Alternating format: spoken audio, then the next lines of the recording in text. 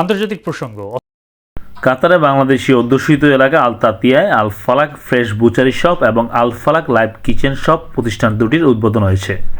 ফিতা কেটে প্রতিষ্ঠান দুটি উদ্বোধন করেন প্রতিষ্ঠানের স্বত্বাধিকারী ও ব্যবস্থাপনা পরিচালক মোহাম্মদ নাসির উদ্দিন।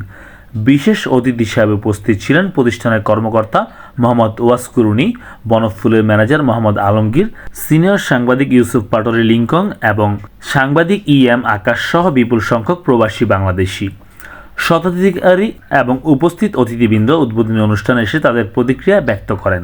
সবাইকে আমন্ত্রণ জানাচ্ছি, আমাদের দোকানে আসবেন, সব আমাদের দোকানে আসি, ফ্রেশ মাংস নিয়ে যাবেন, ফ্রেশ মুরগি নিয়ে যাবেন এবং এর সাথে অনেক কিছু আছে।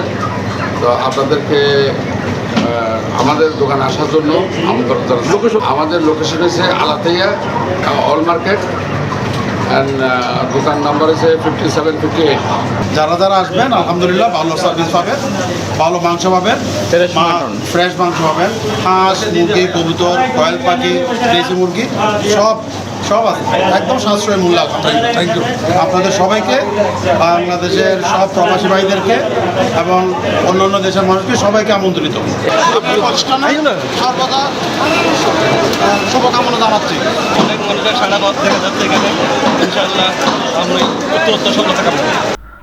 আল ফালাক বুচারি শপ এবং আল ফালাক লাইভ কিচেন শপ ছাড়াও বর্ণফুল রেস্টুরেন্ট, আল ফালাক কিউ রেস্টুরেন্ট, কর্ণফুলি ট্রাভেলস নামে তাদের আরও 7টি প্রতিষ্ঠান আছে।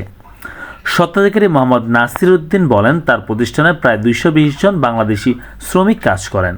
পরিশেষে উপস্থিত সবাইকে আপ্যায়নের মাধ্যমে অনুষ্ঠানের সমাপ্তি ঘোষণা করা হয়।